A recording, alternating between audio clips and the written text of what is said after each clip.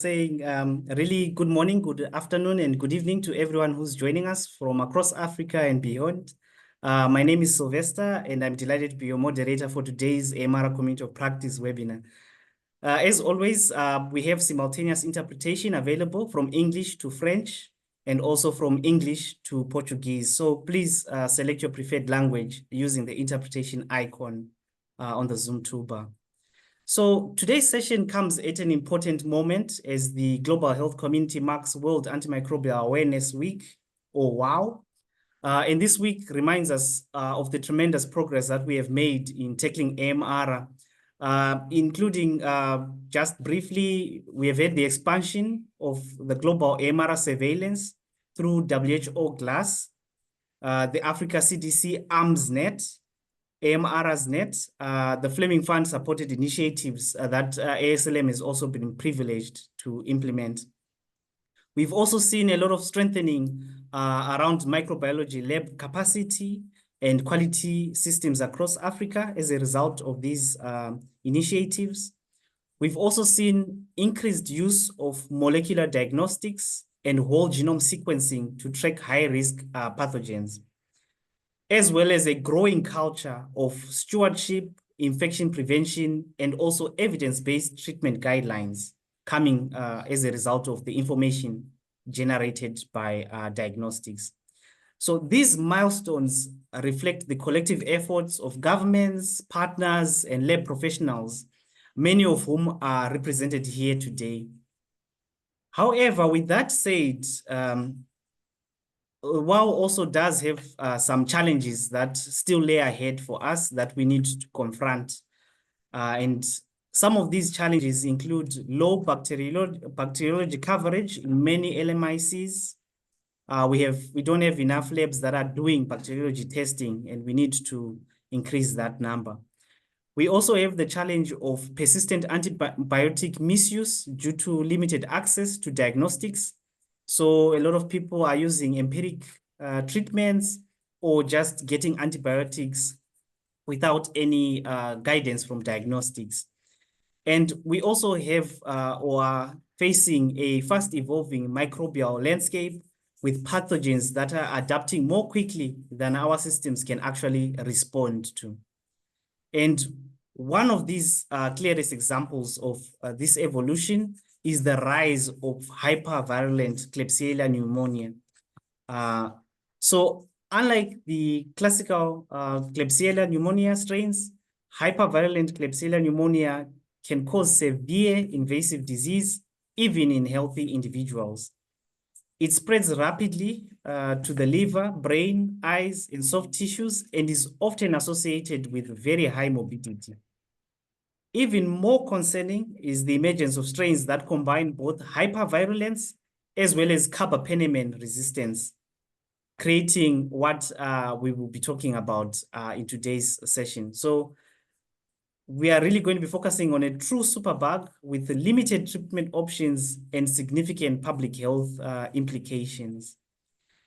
Key also to note that, the purpose of this session today is that by understanding these pathogens, understanding their genomic signatures, and also their clinical presentation, as well as the lab tools that are needed for early detection, is very crucial for our AMR response, and is what we are going to be covering today, thanks to our speaker.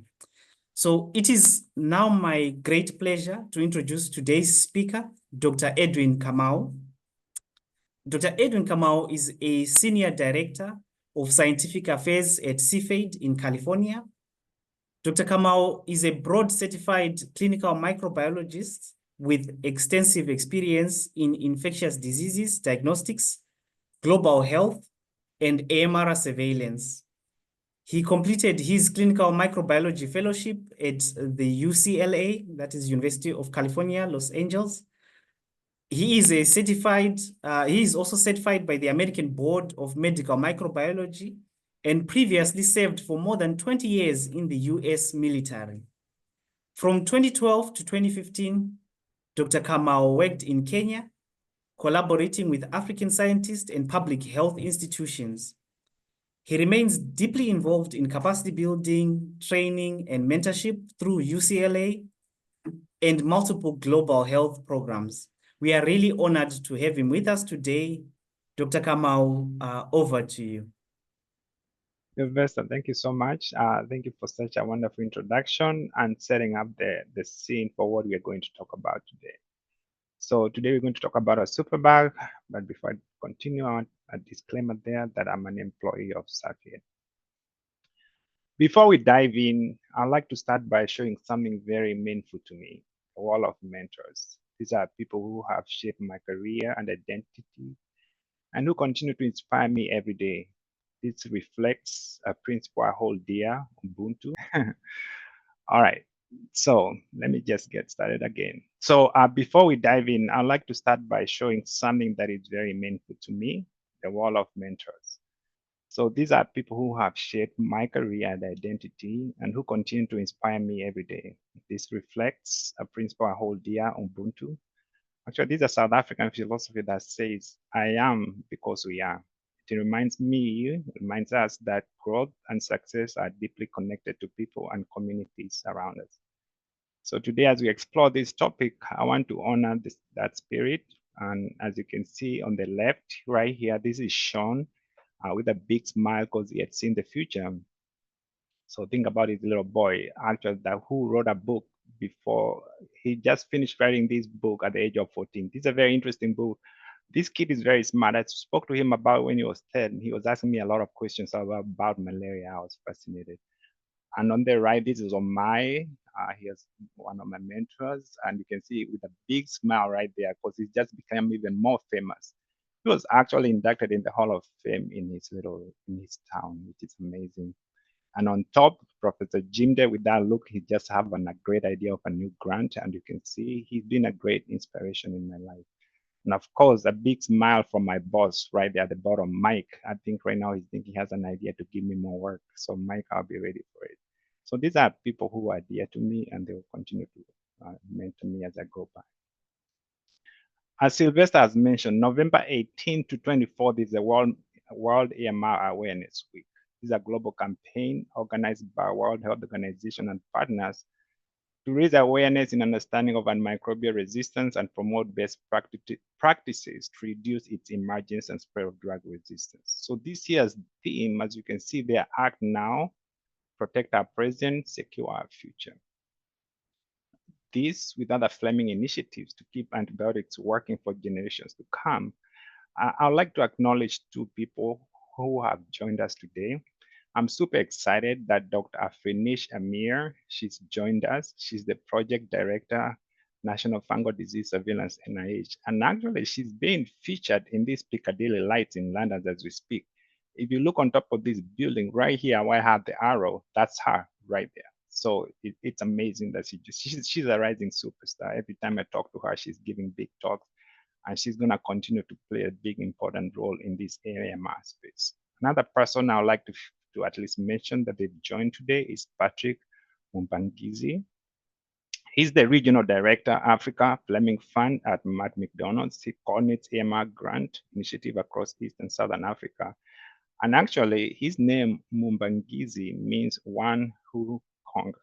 So, Patrick, I hope you'll help us conquer this AMR issue because we are going to be in trouble if we don't do anything about it. So this is the outline of my talk. So I'm going to introduce Klebsiella global and African context, and of course dive into hypervirulent Kleb pneumonia, which we're going to be talking about, and then talk about how this hypervirulence is converging with carbapenem resistance. Then talk about epidemiology of hypervirulent in Africa, diagnostics challenges, clinical public implications, strategies for Africa, and call to action. And I will finish with a final thought. Like Sylvester mentioned, I was at UCLA from 20 to 22 getting my microbiology training.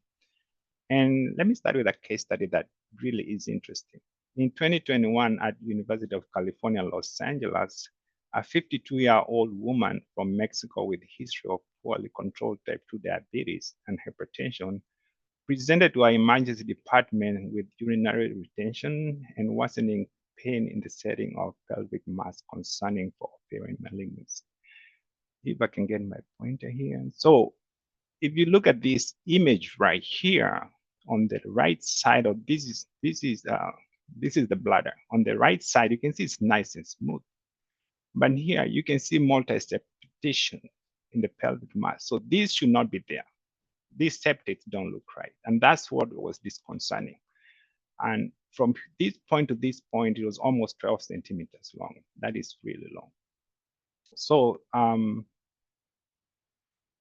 a little bit of history about this patient. 4 months prior to her presentation to our institute, she had presented to other hospitals several times with reports of pelvic pain and green vaginal discharge, which that doesn't sound really good. So as you can see, she had multiple urinary tract infection over this period of time. She'll get E. coli, she'll get treatment. She'll get Kleb, she'll get treatment. She'll get E. coli, she'll get treatment. At one point, actually, they thought she had what we call trouble ovarian abscess, and she was treated with vancomycin and peptazole. So TOE is a pass-filled. This is a pass-filled pocket involving fallopian tube and ovary, usually resulting from pelvic inflammatory disease, commonly caused by STIs. But this woman, actually, she had not had any sexual encounter for 7 years, and actually that was on her record. So the doctors were not worried about STI. So one of the important thing about this patient is that she was in so much pain, she had to be on opiates. So when she presented to our hospital on admission, she actually, at some point, she became febrile. And as you can see, white blood cells were on the higher side, on the abnormal. So let's talk about Kleb pneumo. So Kleb pneumo is a gram-negative pathogen causing healthcare-associated infections and community-acquired as well. And it can cause diseases like pneumonia, urinary tract infection, and bloodstream infections, and sepsis, of course. So when you think about classic Kleb pneumo, which most people know about, this mostly impacts immunocompromised patients, whereas hypervirulent Kleb causes severe disease, invasive disease, as Sylvester mentioned, otherwise healthy individuals. Diseases we are looking at is things like pyogenic liver abscess, abscess in central nervous system, ocular, and much more. So first described in the 1980s, actually in Taiwan in 1986, now it's reported worldwide, everywhere in the world, and has been including Africa. So like we mentioned, hypervirulent usually infects healthy individuals, but this is the key thing. It's always susceptible. Everyone I've ever seen is always and has high susceptibility to every drug you can think about. But now what is happening is a convergence of this hypervirulent phenotype plus carbapenem resistance. So we already know carbapenem resistance is bad. Now we are getting this, we've created a superbug. So recent reports show that hypervirulent is acquiring carbapenem is two ways, two things happening. So you have a hypervirulent Kleb, which acquires plasmids encoding this carbapenem resistant phenotype. Then also there's what we call fusion hybrid plasmids, which carry both the hypervirulent genes and carbapenem resistance. In 2024, the Global Antimicrobial Resistance Surveillance System on Emerging Antimicrobial Resistance, known as GLASS, found that hypervirulent Kleb was in all the 6 WHO regions. So they sent out a survey and actually found it was at least one country in every region. That means it has spread. So WHO doesn't have breaking news unless it's important. Last year in July, they actually had disease outbreak. This is like CNN moment, right? And microbial resistant hypervirulent pneumonia global situation. Not only do we have it in every part of the world, they are all carbapenem resistant. So that is really disconcerting. So what does it mean? What is the clinical impact? We already know hypervirulent Kleb has high mortality rate, up to almost 30%. But as soon as now you add this phenotype of carbapenem resistance, mortality gets to 60%. And remember the key thing here, the classic Kleb pneumo mostly impacts immunocompromised sick people. This you're talking about otherwise healthy people. So you're getting mortality rate almost 60%. If you look at this report by Lee et al., They just looked at lower respiratory infections around the world, which they showed that we get out of 204 countries, we get almost 200 deaths per year because of lower respiratory due to pneumonia. And we get almost seven disability adjusted life years every year because of this pneumonia causing lower respiratory infections. And if you look at this map right here, red means bad, blue means not bad. So if you look at DALI right here, the disability adjusted life years, you can see most of Africa and Oceania, they are all red, means it's bad, right? If you look at the number of deaths in Africa, and this is normal Kleb, can you imagine what's going to happen when we start getting this superbug spreading around? The number of deaths will be unbearable. Why does it matter in Africa? So Africa already faces high burden of MDR Enterobacterialis, including Klebsiella. And WHO reports 1 in every infections in Africa are resistant to antibiotics. So reports of hypervirulent Kleb strains in Africa hospitals remain very sparse. The data is not really good, right? So that's why Sylvester mentioned at the beginning, we need better surveillance. But before we talk about data, I like putting faces into things. It's always good to talk to someone who has been impacted by these things directly. So this is an example. This is a nurse right here, Ibizem. She's taking care of this little baby right here. So what happened to this baby is that this baby got an MDR sepsis and this infant, but the parents could not afford the bill. So they abandoned the baby in the hospital. These are the realities people are facing every day in Africa. This is from the Global Antibiotic Resistance Surveillance Report. Another thing that caught my attention here is if you look at this, the figure here, this represents relationship for each of the 95 countries in the Global Antibiotic Resistance Surveillance Report. So between the median resistance of all antibiotics pathogen and bloodstream infection. Red here, pink sort of, this is Africa. As you can see, this is median antibiotic resistant. Africa is very high. But also something to get your attention is that this is per AMR surveillance coverage per million population. So very few people are being surveyed. So with this number can be skewed because it might not have the right denominator. So we have a lot of work that we need to do in our settings to make sure we do better in this process. Africa's vulnerability stems from diagnostic surveillance gap, weakness in stewardship, infrastructure limitation, and high antibiotic misuse. So the mapping antimicrobial resistant antimicrobial consumption map, I like this title. This project was funded by a Fleming initiative, and it looked in 14 countries. Believe it or not, this is probably one of the best reports I've ever seen. What they showed, only 1%, 1.3% of the labs perform bacteriology.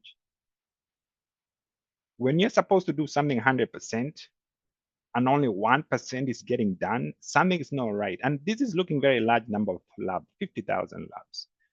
Even that, even the 1.3% that are doing bacteriology, only less than 30% are doing antimicrobial susceptibility testing. How do you know what to treat? I remember when I was young, we would go to the doctor and they'll look at you and just start writing a prescription even before they do any testing. How do you know? These symptoms can be caused by so many things. You have to have susceptibility testing. You have to do diagnosis. You have to do susceptibility testing to know what to treat. So then Lancet, this report by London School of, this report by LSTMH spotlights something very interesting. Only 23% of the labs are ISO accredited because when you do microbiology, unlike research, you have to be accredited. US, in other countries, because clinical microbiology is different from research. And only 23% of the labs ISO accredited. Then 21% they use automated system. The challenge with that is that these systems are not mostly designed for Africa settings. So the drugs combo, the bags that might be on that card might not be something that reflect your situation. And very, very few labs have laboratory information management system. That means whatever information is coming from the lab is not going directly to the doctor to see the results. And there's always problem there, right?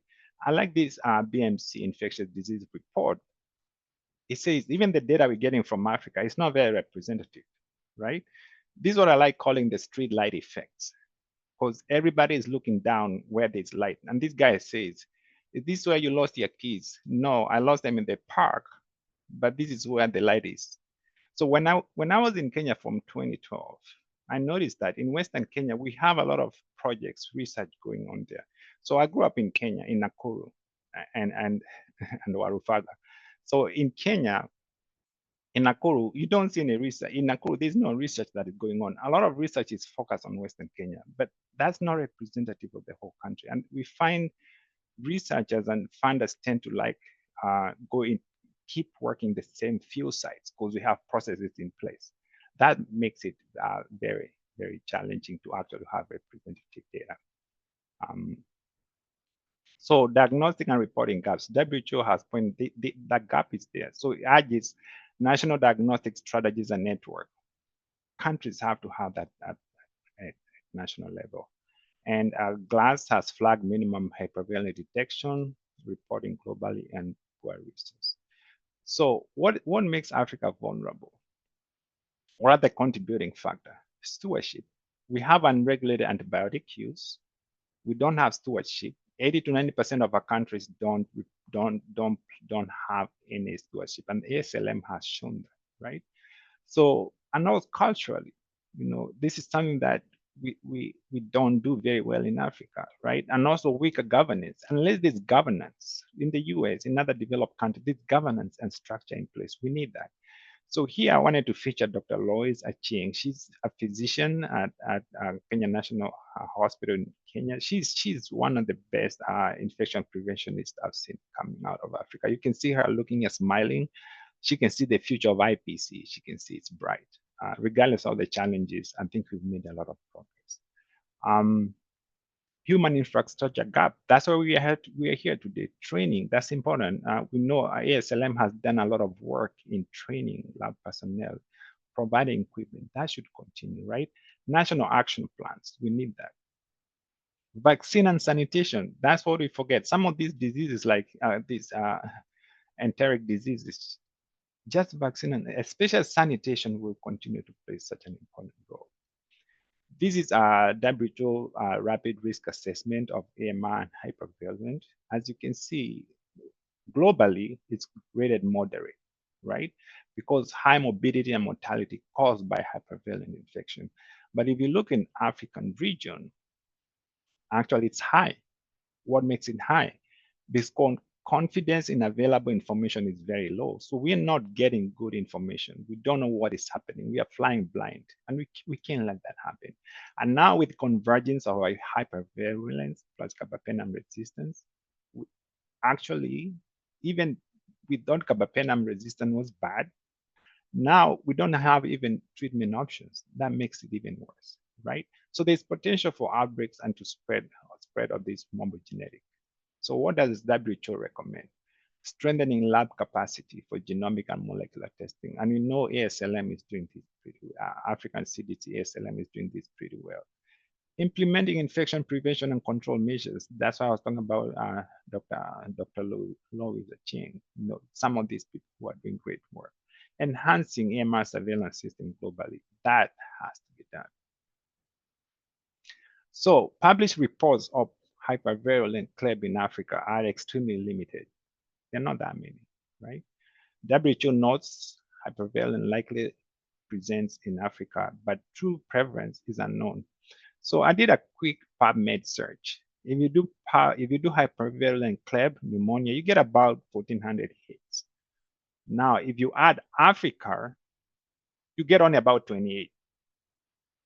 But when you add carbapenem resistant, then in top of Africa, you get about 13. So out of about less than 30 publications in this space looking at hypervirulent Kleb pneumonia in Africa, half of them are talking about resistance. This is a lot, right? This is a lot. From the GLAS report, the 2024 GLAS report, out of Africa, Algeria is the only country that reported hypervirulent Kleb. Very few countries that responded to the call from WHO. So yesterday I was talking to our librarian Janet, and I was telling her, can you help me? I like doing this word map. So I told her, can you help me look at this hypervirulent pneumoniae Africa? And if you can look at it, then you add MDR. So if we look at the bottom left here, if you do pneumonia Africa without telling it hypervirulent, you can see actually E. coli shows up more, right? And even staphylococcus shows up more. But as soon as you add hypervirulent on the right here, guess what shows up? Pneumoniae, of course, shows up. But look, antimicrobial resistant, multi-drug resistant, carbapenem, pyogenic liver abscess, all these bad things you're talking about hypervirulent Kleb. Wait until you add MDR, you can see. So this is just showing even the few studies that are coming out of Africa. The thing about Kleb is highly resistant. That's what we are seeing. This is some of the data from Africa. I like this study from South Africa. It shows that hypervirulent Kleb was about 12%. Another study actually done by my former colleagues, Dr. Lillian Musila. I don't know whether she logged in today. This was about 2%. So from 12% to about 2%. This study right here from Djibouti, looking at including some environmental hypervirulent in fish, they found carbapenem resistant hypervirulent 12%. Now, if you're standing, I need you to sit down. Look at this. This is from Egypt. 90%, again, I'll say this again, 90% of all Klebs of ventilator-associated pneumonia, they were hypervirulent. And 95% of those were extensively drug-resistant phenotype. That means these people who are getting ventilator-associated pneumonia by Kleb, you cannot treat it. That something has to disconcern you. So I've told you what hypervirulent Kleb does, but I haven't really told you what is this hypervirulent Kleb. Let's talk about it. So if you look at it here, like I said, first described in Southeast Asia, but now spread worldwide. If you look at this image on the top, we are talking about hyperviscous. This is what we call a string test. It's very snotty. If you take that bacteria and you take that a loop, you can create a huge string. That's what we call string test right there. It's community acquired, but these days also in the hospital, initially described in community acquired, and I'm gonna keep saying this over and over. It's from healthy host. It spreads in many sites, which is unusual for Enterobacterialis, right? Usually you have pneumonia, UTI, but this one spreads metastatically. So you can get it from hepatic abscess, then it spreads to other parts, and it can cause a lot of syndromes, as shown right here, endophthalmitis, meningitis. Usually very susceptible.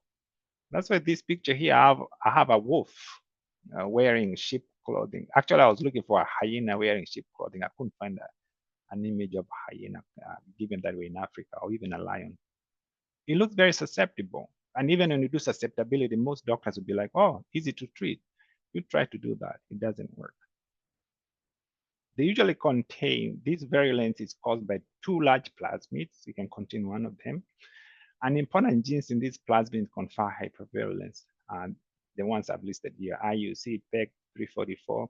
So Dr. Russell, Thomas Russell, he's at University at Buffalo in New York. He's actually one of the world leading experts in this area. And first, you can see him smiling here because you can see the future of PCR. He first described a PCR using these genes, these 5 genes here. If you use that, you can be able to actually describe a hypervirulent phenotype or genotype of this.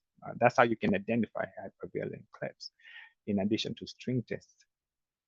So using these markers, some hospitals have done a few studies in Canada, which are about 1%. In the US, Western Pennsylvania, it was 1%. But in New York, it was about 4%, and Oxford about 6%. So we've done this. We did the same work when I was at UCLA. And as you can see, at UCLA, we actually found about close to 3% of Kleb cause invasive infection in Southern California. What was interesting that when you look through this, there are about 15 patients. When you look through this, they were diverse, sometimes tumor-like symptoms. And this was a lot of different presentations being caused by this invasive disease that spreads. So this basically told us this is actually happening in Southern California, and these people had not traveled. So this is local transmission that is taking place. Clinical presentation. So it's very severe, healthy people, unlike classical strains, which mostly hospitalize immunocompromised patients. That's what makes it. And again, pyogenic liver abscess, and those are some of the syndromes that it does cause. So the virulence exhibits hypermucosity. You've seen those capsules, you've seen those string tests, and these mostly from 2 different serotypes. So classical strains like this plasmid-mediated virulence, and they're less invasive. Like they stay in one part, they don't spread, right? They don't metastasize. So mortality and morbidity outcome are bad, and usually because of delayed diagnosis, because everybody's thinking, oh, this is a susceptible Kleb, right? But it tricks you. Again, back to our case study. Remember, I told you our patient, 4 months, 6 months, she kept going back and forth, and she thought that they would find a solution to her problems, but they could not. So when I was at UCLA, I became a Kleb hunter, right? And so I was walking around the lab, talking to our lab technicians. I'd be like, can you do string tests for me? Whenever you see a Kleb, can you do string tests for me? Which most people should be able to do that. So you can see this is a Maasai and this is a lion. So this lion here, I'm thinking of it, this is the Kleb and this is a Maasai right here. But if this was real life, you'd be peeing yourself, because this is very scary. But you have to think of it that way. Hypervirulent Kleb is like a lion, and you have to be scared of it. So our patient that I presented, she actually grew hypervirulent Kleb, and we used sequencing to confirm that. But initially, we actually did string tests, and it was susceptible to everything. That's why for 4 months, there was that delay. For 4 months, she kept coming back. They could never find a solution. And after that, she was treated and she was fine. And during that process, they were able to confirm that she did not have any malignancy. So she was treated with ceftriaxone for about 10 days. But then the whole thing about hypervirulent, you have to treat it for a long, long time. So she was sent home with oral ciprofloxacin for 4 weeks, and she finally fully recovered. So we published this work in Open Forum Disease, Infectious Disease Journal. But like I said, I was a Kleb hunter. So this particular one, from this gentleman, this was a 30-year-old male who lost his vision in less than a week, because it was endogenous endophthalmitis caused by this Kleb. Was amazing. This Kleb was first described in 1935 in Indonesia. I don't know how it got to Southern California, but it did. Huge plasmid. Took this man's eye in less than a week. He didn't even see it coming. Happens pretty fast. It's some serious stuff. And these you're talking, they're not even drug resistant. They're still susceptible. Diagnostic challenges. We don't have, a routine lab cannot identify. They're gonna think it's a regular club, right? It can give you ideas. Providers can have clinical clues, but sometimes it's not obvious. And of course, this huge surveillance. So like Dr. Russell has pointed out, we can if we have these 5 targets, we can have a PCR, right? These biomarkers can give us whole genome sequencing, can help, but as ASLM and other institutions roll out these resources, that would be an option that labs can use. I like think of simple screening, like what I was doing when I was a Kleb hunter at UCLA.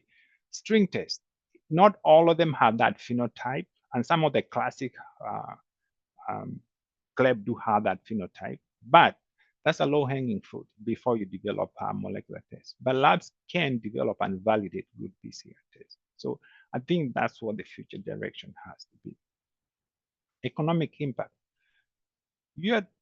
So this cost of resistance is always high. Like the little baby I showed you, the parents abandon the baby, and those nurses have to actually take care of those babies.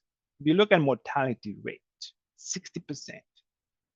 Otherwise, people who are healthy, minding your own business in the community, you get it, bang, you're out, 60%. Now, morbidity, that's what we have to also talk about. You end up in ICU. Morbidity is much, much higher than regular CLEP. How long you're in the hospital is very concerning. If you look at our ICUs in Africa, only 5 countries exceed $249 per capita per year in health spending. In the ICU, if you compare to the US, is about almost 13,000. So we are having, if someone goes in the ICU, which we have seen that because of this infection, that's very expensive. And that is taking bed capacity that we already don't have, okay? So that's the concern. So you have to take it in the context of everything else that is happening in Africa. So productivity and survivorship is very bad. There's no good outcome that comes out of this. The finding of the mapping AMR and AMU partnership map supported by UK Fleming Fund. That's why I keep featuring Fleming Fund. Is a critical gap in country capacity and testing and microbial resistance. So this report, this is one of the best reports I've ever seen, and I would encourage most of you to look at this. This is the report that showed that even with the gap that we have, only 1% of the lab doing bacteriology. Strategies for Africa, we have to do surveillance, and we have to do regional data sharing. If you're in Kenya, if you're in Tanzania, if you're in Uganda, you have to do regional. We have to do regional data sharing. That will continue to be important, and this is what this report shows, right? Again, if you look at this report by Molina et al., they did a qualitative review of AMR national action plans, surveillance programs, and reports across 6 East African community countries. This involved experts from national public health labs and ministries of health. So AMR strategies implemented and surveillance capacity varied widely from country to country. Southern Sudan, 44% as opposed to 94% in Kenya. So these processes have to be integrated. We need financing. There's so much variation in Africa from one country to another. That's always concerning, right? Because what's happened to your neighbor, of course, is going to come to your country. So we need these national action plans that are well implemented. When you look at the One Health Trust multi-country analysis, right, looking at 14 different countries, there was also a big range from one country to another, right? And clinical data, metadata, is very scarce. This will always be a concern. So in Africa setting, strategy, surveillance, and regional data sharing is going to be key in helping making sure that we are successful in this process. Unlike the REACT program, which supports capacity building for lab and clinicians, help countries align with WHO global AML surveillance, and encourages data sharing. Again, it's the same things, right? If anyone is from REACT, I would like to learn more about this because I was just looking it up about the other day, but it looks like it's a really good program. They have webinars, right? And the monitoring and stewardship. And microbial stewardship. So this paper was very interesting. You have to think of it as a One Health perspective. My colleague Lillian Musila, one time she presented looking at MRSA. And they did data that showed that if patients are encountering animals that have MRSA, which MRSA is a lot in animal products, you can't treat them because they'll keep encountering again in the environment. So you have to think it from a One Health perspective, and everything has to move towards that, right? You think about nursing and clinical strategies, screening, multidisciplinary team, antimicrobial monitoring, all those things that make this process to be successful. And of course, our program is doing a great job. African CDC and network, we have to highlight, like Sylvester said, we have to highlight successes that are taking place right now. So the goal of this program is to strengthen clinical and public health lab system and networks through continued improvement in workforce competency to assure quality and safety. Workforce competency. clinical microbiology is different from research. I think a lot of people don't understand how different it can be, right? Because the results from a clinical lab impact human life immediately. You have to be sure the results that you're providing are accurate. And that's the training we have to keep giving. Global Fund has continued to play an important role in this. CDC PERFA programs, training workshops, right? ASLM is doing that. It's doing quite a bit of that. So here's my friend, Sarah Mwangi. You can see her smiling big, right? She was in Ghana last year giving training on sequencing. I'm sure I was in Ghana last year, and then I went trying to eat those, what do you call it, pepper soup. I'm telling you, that's something else. You can see Sarah Mwangi smiling because I was sure she was thinking how she's gonna go eat that pepper soup in Ghana. But these trainings will continue to be important, right? We have to continue to be training. But again, what does it mean? Even after you train people, you have to continue providing support. I've been in a situation where people used to come to Kenya and provide us training, then they walk away. You have to continue providing support. As we continue thinking about strategies for Africa, right? Genomic surveillance in Africa, World Bank has continued to provide support. So there's this review from Frontier Medicine, so highlights the hotspots, resistant genomes, epidemiology, and virulence mechanism. But the key thing in this slide here, I want to say that alternatives, vaccines will play an important role, right? And that's why we also have to go. So it's going to take a whole process. It's not just going to be one thing. Vaccine will have to play an important role. Call to action. What are we going to do about it? You see this guy here kicking that ball? When we were young, we used to call it Caesar kick, right? Call to action. So this is a global threat. This is a global threat. Africa is vulnerable. So Africa faces high vulnerability due to limited surveillance, antibiotic misuse, and constrained healthcare resources. What are the consequences of delay doing something about it? Delay in action increases mortality, longer hospital stays, and high economic burdens. So there's an urgency. This is something we have to do. When we were young, if you remember, let's think about partnership, right? When you were young, you had kids who are friends who come together, let's play. There was always a key, everybody had to bring something to the table, right? One kid would bring soccer balls, someone else would steal food from their house, they would bring it. There was candy, there was chapati, I love chapati. So they bring chapati, right? You're playing together, but everybody had to be a partner. If you had that kid who never brought anything, they're always complaining about not having anything. You're like, you know what, get out of here. You have to be partnership. We have to have this multi-sectorial coordination. ASLM, African CDC, WHO, we all have to come together. Regional surveillance networks, again, that's a key thing. So last week I was at ISTMH in Canada, and it was winterly cold. It was super cold, but I like cold.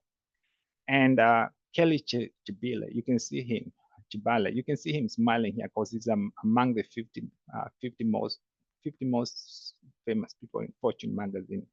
You can see him smiling thinking about that. He said something about we should not be thinking about collaboration anymore. Let's think about partnership. Everybody brings something to the table. And public-private partnership is going to become even more and more important. Again, building capacity in that partnership, that will continue to be important. Innovation. Young people, whenever there's a need, you innovate.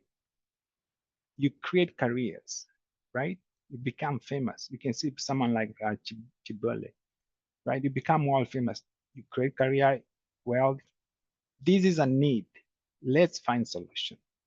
Capacity building, Pathogen Diversity Network Africa by Professor Jimde. So I'm among the founding member of this more than 10 years ago. Since its inception, we've trained more than 90 PhDs and masters over 17 countries. We have to keep building these teams. Again, supporting African-led research. African-led research. These will be key. What are the needs of Africa? The needs of Africa will be addressed by Africans. Vaccine development, creating infrastructure. Partnership with private industry. Companies like Biofire, Biomir or Cepheid, my company, right? What are we going to do about it? If you think about Biofire, Filmary, and Cepheid, these platforms can do rapid molecular detection of pathogen and resistant genes. These tools can be adapted for hypervirulent Kleb. Now we already know the genes which cause hypervirulence. Can we add this in the testing that we do? How can private partnership support capacity building? How can private partnership support surveillance and data sharing? We're gonna need this, right? And this is an opportunity. I like thinking of it as an opportunity. Africa will bring something to the table, and this private industry will bring something to the table as a partner. And I think we can find solutions. So what is your role? What are you gonna do about it? You, where you're seated right now, what are you gonna do about it, right? Advocate, so advocacy, that will continue to be important. You have to advocate for this. You have to talk about it. And microbial stewardship, we're not gonna get away without having good microbial stewardship processes in place. And again, partnership and data sharing will continue to be important. Utilizing global resources, what is available out there, take advantage of the processes and systems that are in place. Don't reinvent anything if you don't have to. I think sometimes that's something that we don't do very well. My final thoughts, right? Hypervirulent Kleb pandemic, it is there. It's gonna get worse. The next pandemic may not be viral. It could be bacterial, and Africa is ground zero. Hypervirulent Kleb plus resistance, carbapenem resistance, is not a future threat. It's already here. We are experiencing that superbug as we speak. Diagnostics are the new antibiotics. We have to stop flying blind. Most of us remember when you used to go to the doctors when you were young, and they'll look at you and just start writing prescription, like they can see through us. That's not gonna fly anymore, right? Global health security will fail if Africa remains blind to hypervirulent Kleb. Innovation is key. Innovation and equality. What is different between equality and equity, right? Equality is where we distribute resources the same, but equity is where we see a greater need and focus need on that. We need equity, right? Genomic democratization, genomic data democratization. So like what Sarah Mwangi and PGI are doing. So Africa cannot afford a blind spot. Joining the fight against AMR and hypervirulent Kleb isn't just about saving lives. It's about redefining global health equity before the next microbial revolution occurs. So as I get towards the end, I would just like to talk about a random thing right here. This is a beautiful flower from Samoa. Samoa is an island country in the Pacific. I love it. It's very beautiful. I think I remember I saw the first one in 2023, and I saw it again last year or this year in Australia, and I'm trying to plant it here in Sunnyvale in the valley, in the Silicon Valley. It's a beautiful flower. And as I get to finish today's talk, thank you so much for your time. And if you have any questions, I think now we are open for that. Thank you.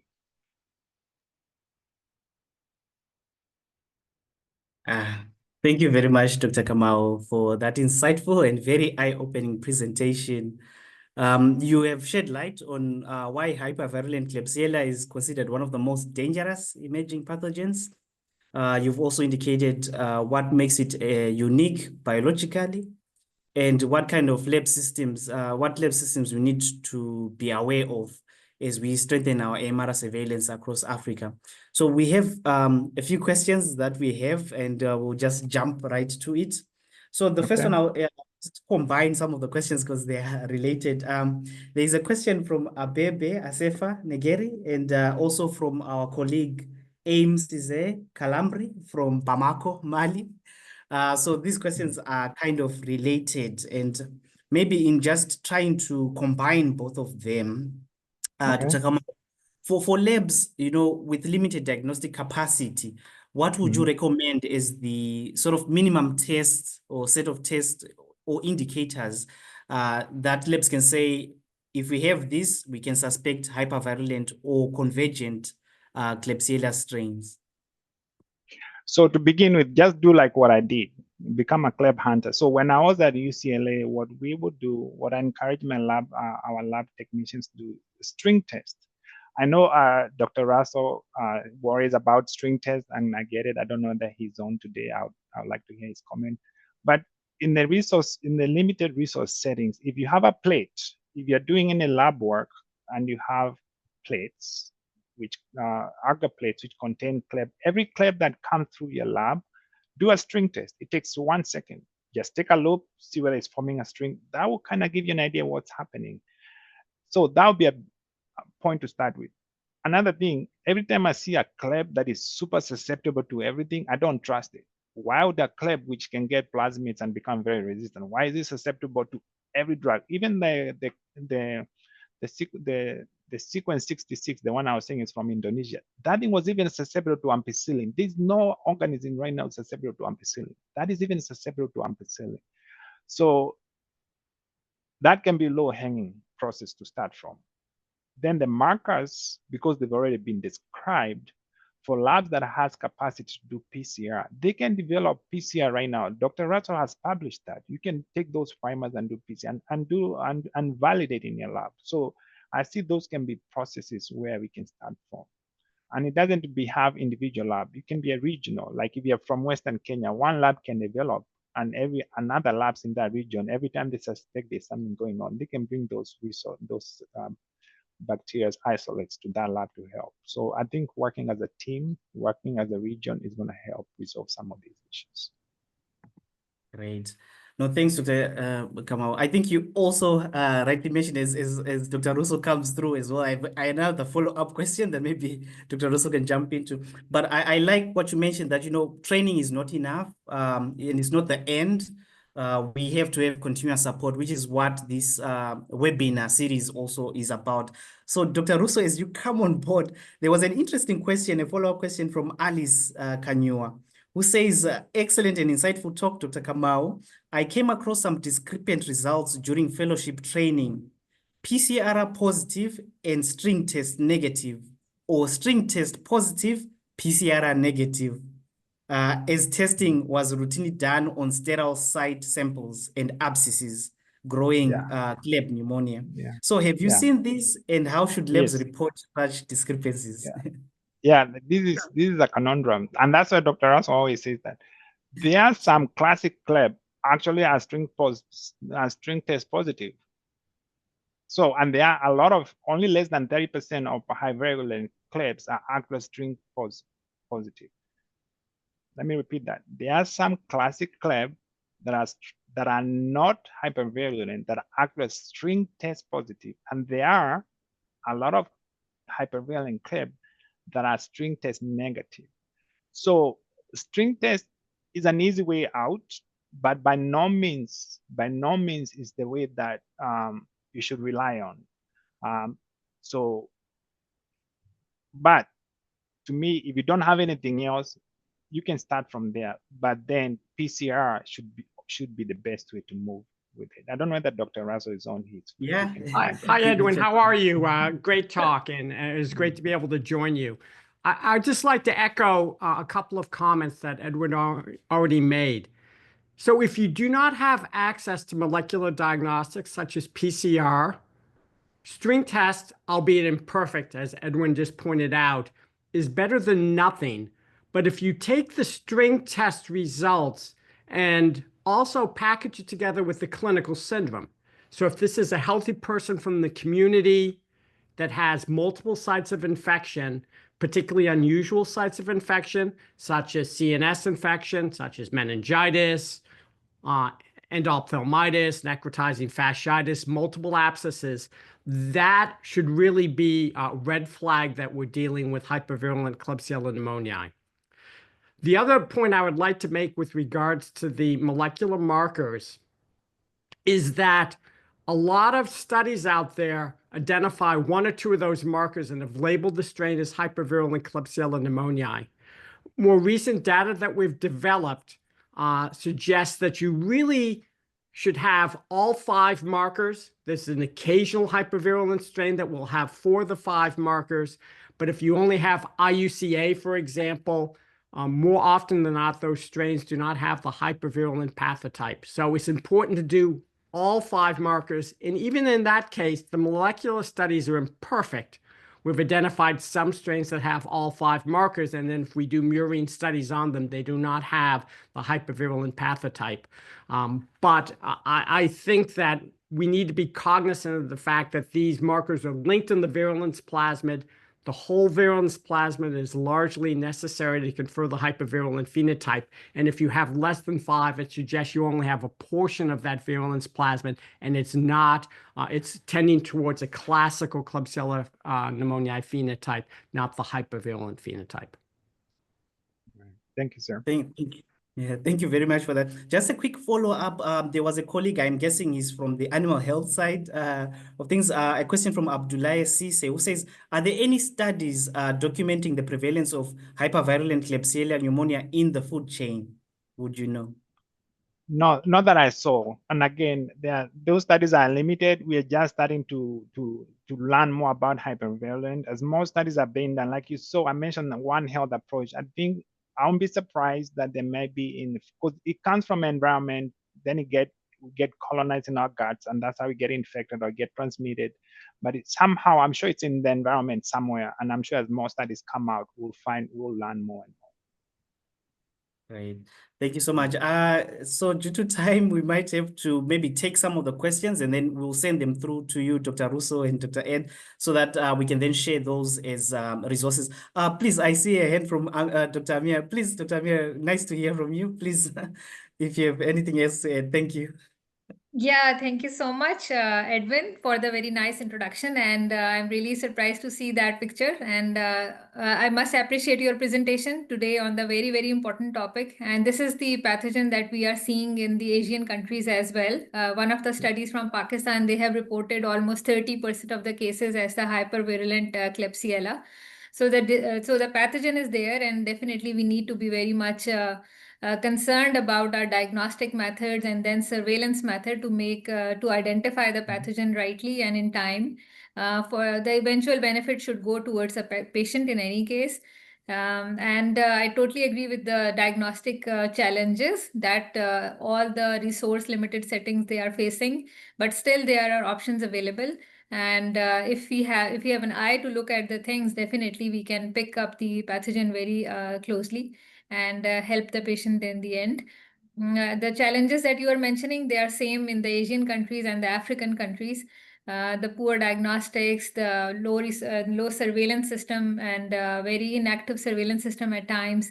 But definitely, if we keep on generating the advocacy and awareness among the people, among the laboratory people, among the healthcare professional, definitely it can create some change. It can bring some change. I appreciate all your presentation. Thank you once again. Thank you, Dr. Amir. It's so nice to have you. We appreciate you. Thank you. Great. Thank you so much, Dr. Amir. I don't know what time it is your side, but thank you for making the time. Really appreciate it.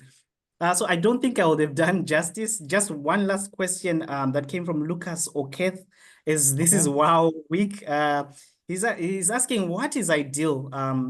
Clinically prescribing antibiotics as you wait for the lab culture or sensitivity report, or hold on totally until the report is out? If you clinically prescribe before the lab report, how is that playing a part in AMR? Oh, so clinical practice, so clinicians, and I can let Dr. Russell mention, when you walk in as a patient, you have whatever infection we have, we do what we call empiric treatment. So empiric treatment, you want to cover for gram-positive, gram-negative. That's why peptides of vancomycin always prescribed initially. Then you do lab testing. Once the test confirms what you have, then the treatment is narrowed down. We're not going to have a patient sitting there with a bloodstream infection waiting for 48 hours to see what is going to come out, because we're going to have patients expiring right and left. So you do initial empiric treatment, and that is, so the speed with which we get to the bottom line is the sooner we narrow down treatment and the better we are in a microbial stewardship process. So that's important, but we have to initially put patient on empiric treatment. Dr. Russell, do you have anything to add on that? So I'm an infectious diseases physician, and I could break it down simply. The time to initiate empirical therapy is either with patients that have a defined infection, or if you suspect an infection, but they're critically ill. Those are the two scenarios that we want to obtain all of our cultures first before we initiate antimicrobial therapy, and then go ahead and in those two scenarios, a defined infection like a cellulitis or imaging supports a pneumonia or advanced imaging in terms of identifying abscesses, or if the patient is very sick, then you can't afford to wait initiating empirical therapy. Thank you, sir. Great. Thank you so much. Dr. Amir, anything from your side? as we Oh, close? nothing from my side. Thank you so much. Thank you. Great.